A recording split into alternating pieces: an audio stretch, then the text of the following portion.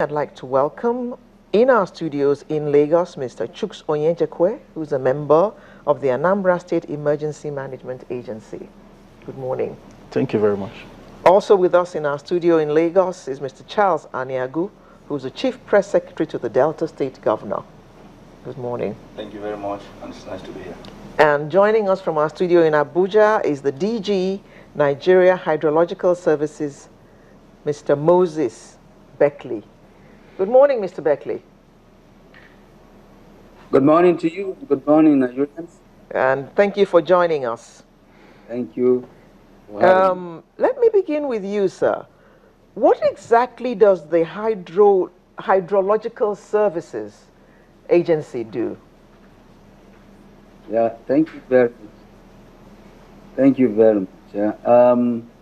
The Hydrological Services Agency, which came into being via the Federal Executive Council approval in 2007, and also with its establishment act in 2010, has the mandate to assess both the surface and the groundwaters in order to be able to know the quantity, the quality, and advice on the distribution, all in an effort to have an effective water resources management for the socio-economic development of the nation. This also includes the monitoring, therefore, of this surface water and the groundwaters, to the extent that, and even as it relates to the issues this morning, that we have to tell Nigerians what to expect in terms of flood scenarios, and usually this takes into consideration the seasonal rainfall prediction released by the Met Service. Okay, so you just tell us the quantity of waters expected all through the year. Yeah, we actually assess, like I said, the surface and the groundwater. And in line with the, as it is now, the Sustainable Development Plan of the United Nations, Sustainable Development Goal of the United Nations, this includes, yes, what I've just said, but essentially, as it relates to our discussion this morning, forecasting flood events in the country, depending on what to expect in terms of rainfall and in consideration of the geology, the topography, the morphology, and what have you on the surface. Okay. Do you have anything to do with the dams as well? Yes, we have so much to do with the dams in terms of monitoring the level of the water flow flowing into the rivers, into the dams that have been constructed.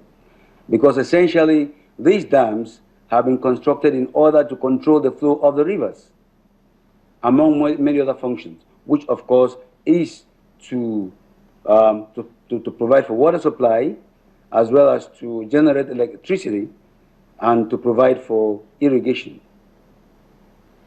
Okay. Okay. When you talk about the dams and all that, you inform the people, or you inform some agencies. Do you also tell us how we should prepare so that we don't get caught in the way of the flood? Yes, we do. As a matter of fact, as we, each year, to start with, each year we come out with the annual flood forecast for the nation.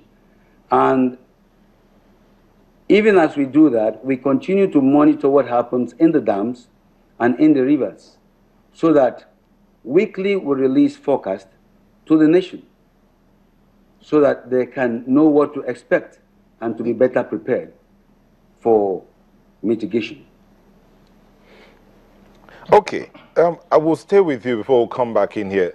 Yes, you talked about working with NIMET when they predict the amount of rains that will be. Last week we had the DG of NIMET here in our studios talking about the rainfall predictions. He talked about the unstable nature of what's expected. It's going to be delayed and then it's going to end real quick. But within that period, it's going to be really intense.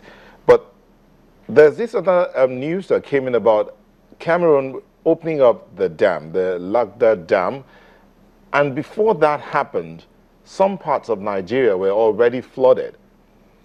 2012, we had about 363 people killed in the floods of 2012. But now that we're stepping into this year and some states are already flooded, what's being done by your agency? Yes, as we monitor what is happening, because we have stations right from the boundaries with the Cameroons, which is the Wuruboki station, and down to Lokoja and down to the Delta region. And so we have been monitoring, and in fact, because of the agreement, if you like, in principle that we have with the Cameroonians, that is why they consider that duty bound to inform the Nigerian government each time they are going to release waters from the Lagdo Dam. Now, through our stations which have been installed, we therefore alert the nation, like I said earlier, every week as to what to expect along that axis and indeed along the Niger River axis as well. Okay, we'll come back to you, but let's bring in some of the guests in the studio here. Mr. Aniago, Delta State. Mr. Beckley talked about the flow of water from that axis, from another axis, from the upper part of the Niger down to Delta State. But we do know that there's been some level of flooding in Delta already. What's the situation?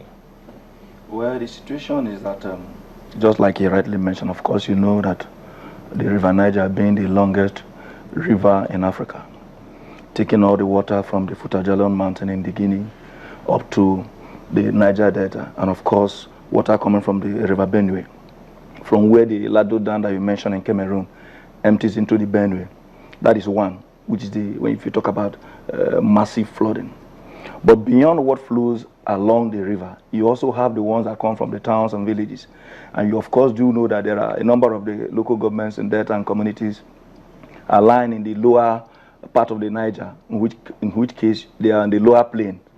So the water table at that level too, it has the effect that even when it rains, the ability of the ground to even absorb the surface water is also an issue.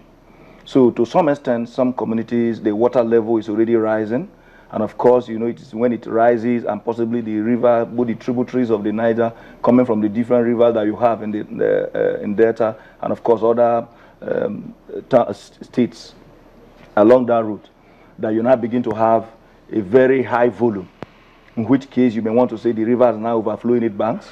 And then if you are not able to do one thing or the other to the flow of the water with respect to either how you manage your drainage, you are likely going to have a situation that creates some problem. But it's there, but we have also taken steps to address that. So maybe when we come to the steps we have taken, I'll be able to let you into what the Delta State government. So how many locations are flooded or are experiencing floods? At the moment, by the predictions from the Hydrological Services Agencies, no, this one's not prediction. Yes, we are looking at 17 local governments to be likely affected out of the 25. In Delta Is there State. anyone affected already? At the moment, no. None of the communities have been sacked. We are not hoping that anyone will be sacked. But of course, you know, it's natural. So we have only taken steps that in case we get to that level, that we're able to mitigate the consequences. So, but at the moment, no community has been sacked.